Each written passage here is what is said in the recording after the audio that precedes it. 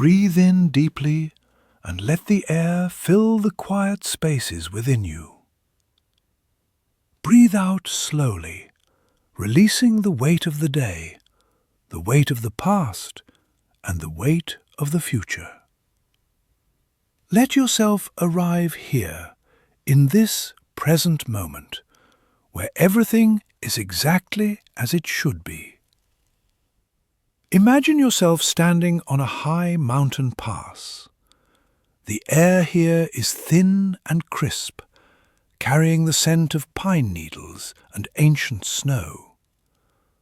Above you, the sky is a canvas of infinite, piercing blue, a colour so deep it feels like looking into the eyes of eternity.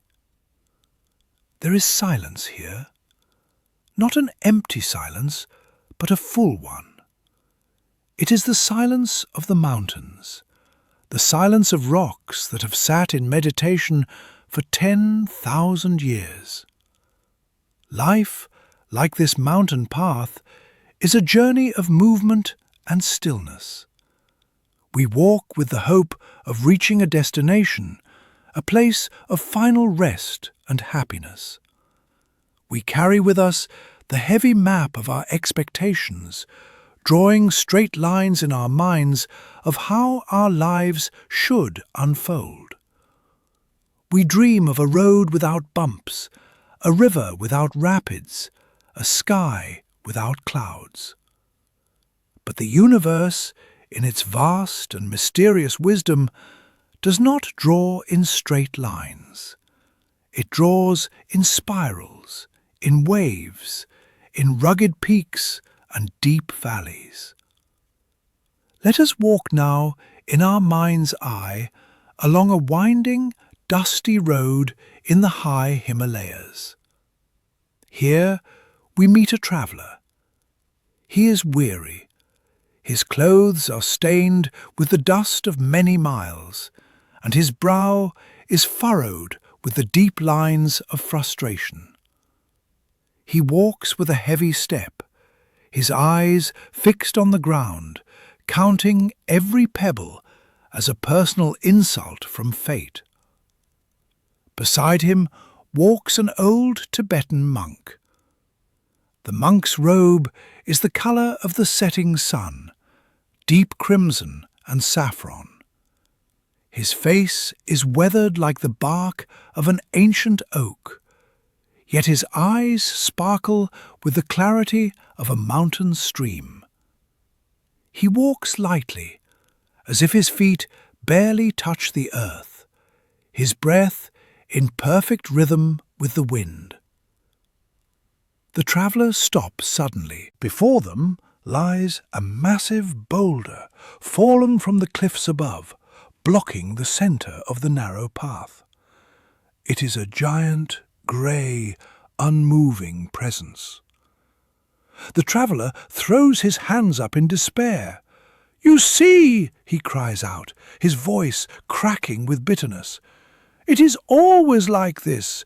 Just when I find a rhythm, just when the path seems clear, a mountain falls in my way. Why is fate so cruel to me? Why must I always fight? Why is the universe constantly placing obstacles to stop me?" The monk stops. He does not sigh. He does not frown. He simply looks at the stone. He looks at it with a gentle curiosity, as if greeting an old friend. He walks up to the boulder and places his hand upon its rough, cold surface.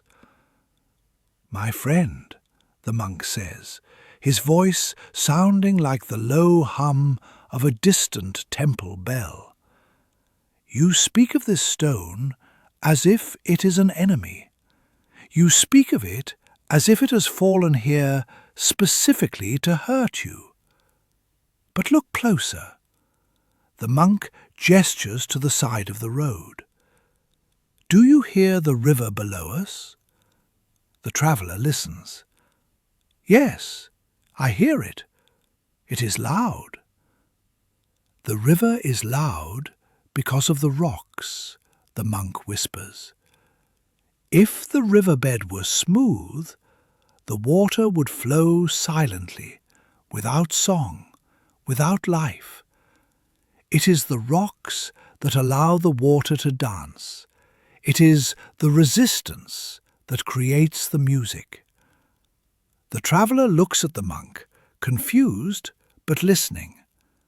The wind rustles through the dry grass, a soft shh sound, bringing a moment of calm.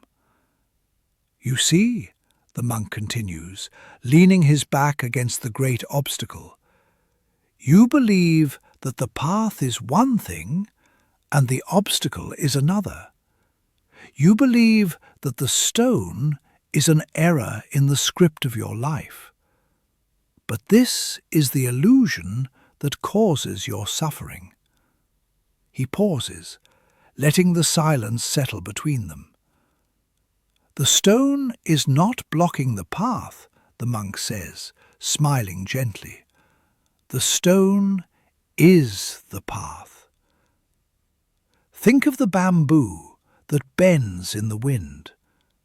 It does not hate the wind for blowing. It does not stiffen and demand the air be still. It yields, it bows, and in that bowing it finds its strength.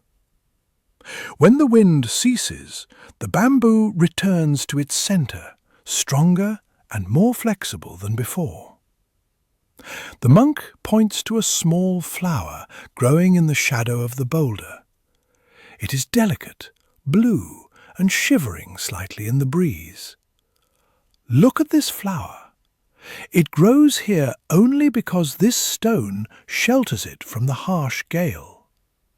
The obstacle you curse is the protector of this beauty. Without the stone, the flower would perish. We often move through life holding on to a rigid image of how things must be. We want the road to be open. When the stone appears, be it a lost job, a broken heart, an illness, or a simple delay, we tighten, we resist, we scream at the sky. We spend all our energy trying to push the boulder, or we sit before it and weep for the road we think we deserve. But the Zen masters teach us a great paradox. When you stop fighting the current, you float. When you stop trying to break the stone, you learn to climb it. When you let go of the desire for the road to be easy, the difficulty becomes your teacher. Do not ask for the stone to move, the monk says softly, looking deep into the traveller's tired eyes. Ask instead for softer feet to walk around it. Ask for stronger hands to climb over it. Or sit upon it and rest for a while. Perhaps the stone is not here to stop you, but to make you pause, to make you look up at the sky, to make you breathe. The traveller looks at the boulder again. The sunlight is hitting the moss on its surface, turning it a brilliant velvet green. He sees the tiny flower. He hears the river singing below.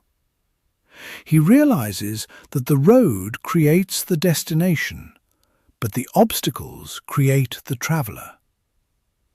The monk places a hand on the traveller's shoulder. Water flows around the rock and eventually wears it down to sand, not through force, but through persistence. Not through anger, but through softness. Be like water, soft, yet yielding to nothing. When you meet an obstacle, do not become a hammer, become a river. The traveller takes a deep breath.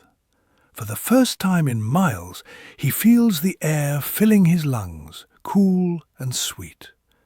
He feels the tension in his shoulders dissolve, melting like snow in the spring sun. The stone is still there. It has not moved. But the mountain within him has crumbled. He realizes that he is not separate from the world. He is the road. He is the wind. He is the flower.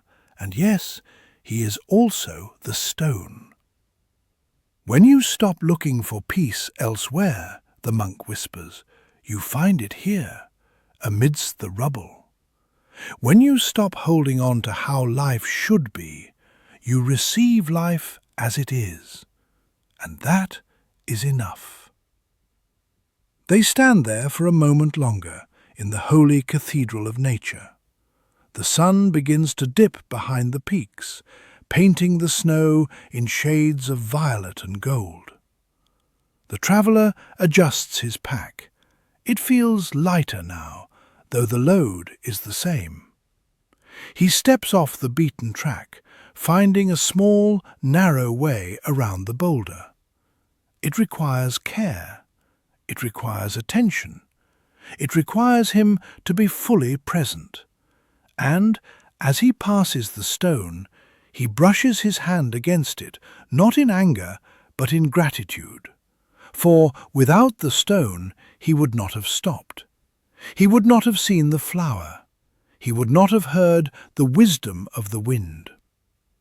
Let this image settle in your heart. Whatever stone lies on your road today, whatever worry, whatever fear, whatever barrier, do not try to smash it. Do not hate it. See it as a sacred marker on your journey. It is shaping you. It is carving you. It is teaching you how to flow. The path is not destroyed by the obstacle. The path is defined by it. Breathe in the silence. Breathe out the resistance. You are exactly where you need to be. If this story brought a moment of peace to your heart and clarity to your mind, please consider supporting the channel. Your presence here helps us share this light and wisdom with others who are walking their own winding paths. May your road be blessed, and may your stones become your teachers.